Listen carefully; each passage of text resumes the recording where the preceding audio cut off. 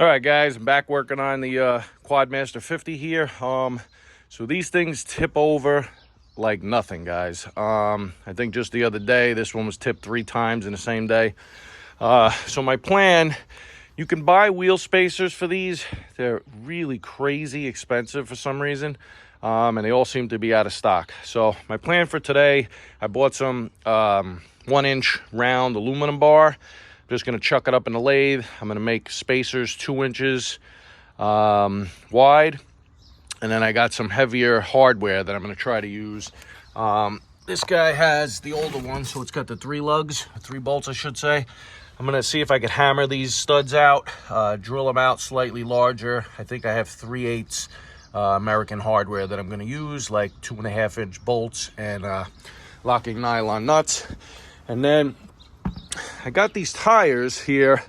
I had a place put them on, so I'm not sure the air pressure right now, but they were nice and flat until I got them back from the tire guy. I'm hoping if I drop down to 10 pounds, they'll flatten out again. But anyway, we're putting these on the back. I'm going to save these little quads use the same tires front and rear. So I'm going to save these backs and, I'll have a secondary spare for the front in case they start to wear out. All right, I got the 1-inch bar chucked up in the lathe. Got 3/8 hardware. I believe this is 2.5 inches. I'm going to make these 2 inches each. And I have this drill bit here is slightly smaller, I believe, than the 3/8. I'm going to see if I can run it through and test how it fits. Got a center drill bit here. I just bring the turret in, basically like that. I'm going to just clean up the face of these. These are just saw cut the way I got them. I'll clean it up, I'll mark it, and I'll cut them to it.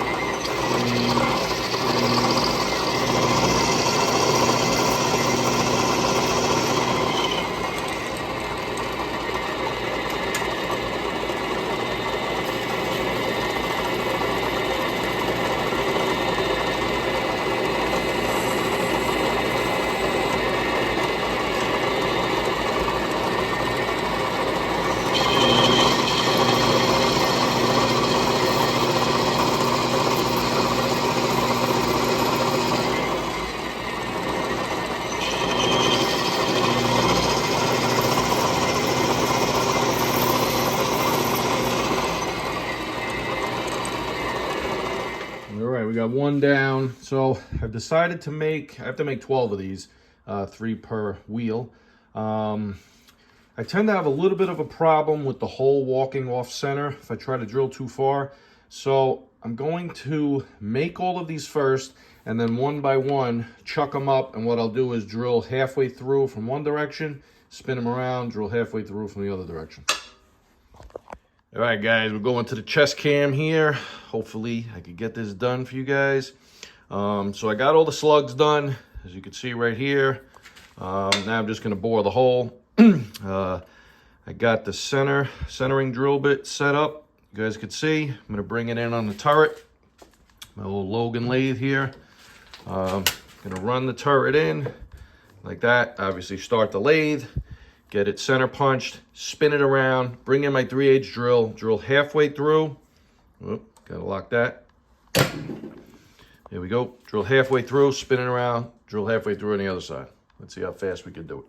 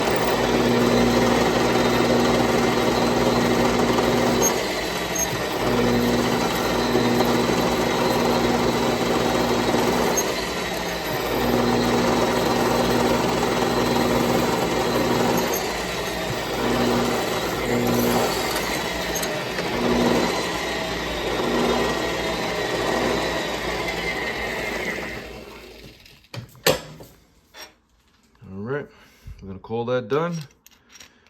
And there's the 5/8 bolt. We are good to go. All right, I got them all done. I got all my hardware laid out. I want to pull out 12 sets of bolts, and then I got locking, nylon lock nuts here. I need 12 of everything. I'm gonna throw them on the bike and see how it looks. All right, I jumped the gun a little bit, guys. So I just grabbed the drill bit I was using, 3/8, and I have to make these holes just big enough for them. I'm gonna use a little bit of buster here, blaster, whatever the hell you call this crap.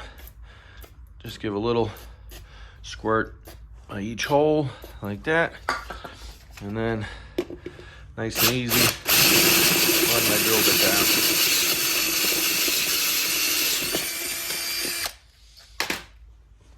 And fits like a glove.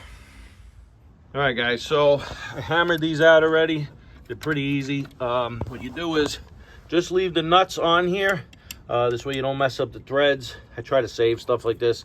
I'll pull the nut out just a little so you're hitting kind of like the nut and the end of the carriage bolt at the same time. Just take a hammer and one at a time. Wow, can't believe I got them all while holding this camera.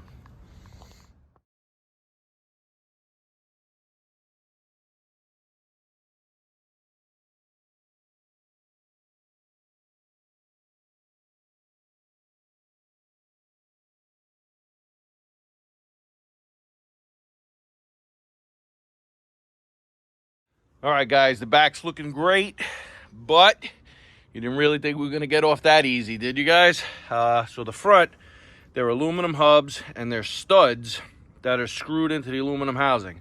So what I'm doing is I put a double jam set of nuts on here.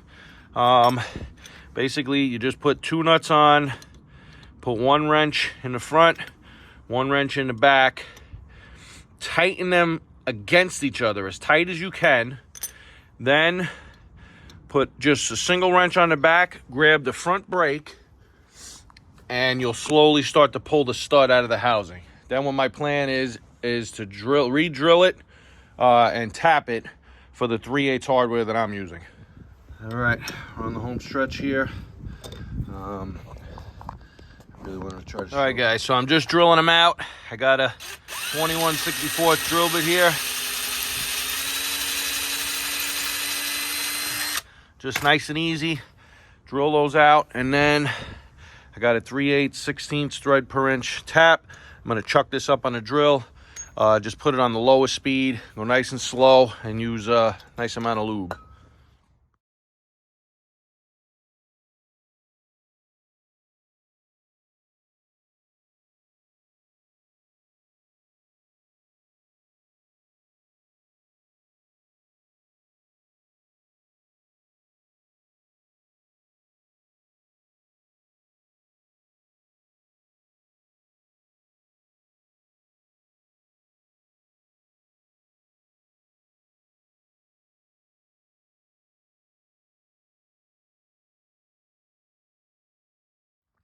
All right, guys, so I went out to the ATV graveyard out here where I have this old Tao electric motor, whatever you call these stupid things. One of the worst quads ever made.